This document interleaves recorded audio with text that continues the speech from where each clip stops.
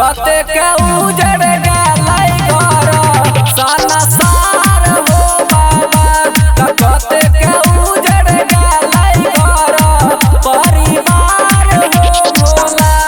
तीनों ट्रेन के भेला एके साथे घटना हो, एके साथे घटना हो। कते के उजड़ गेलै घर साना सार हो बाबा। कते के उजड़ गेलै घर परिवार हो भोला।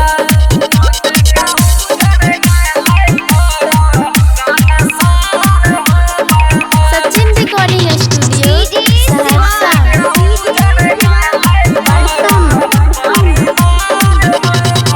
मटी के लोग भाग गेलै केलौना, केतना माई के रोबै छै नैना हो बाबा। मटी के लोग भाग गेलै केलौना, केतना माई के रोबै छै नैना। जिंदगी मौत के खेल भेलै जेतना हो, लोग रह जेतना हो।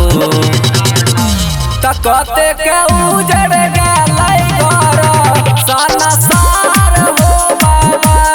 कते के उजड़ गेलै घर परिवार हो भोला।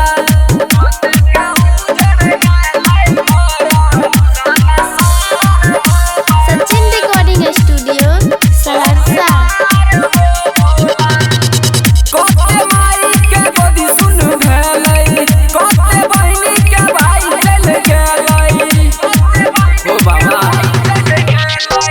कते माई के गोदी सुन भेलै, कते बहिनी के भाई चल गेलै।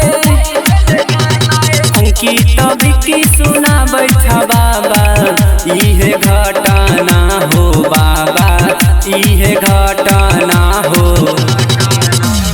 कते के उजड़ गेलै घर साना सार हो बाबा।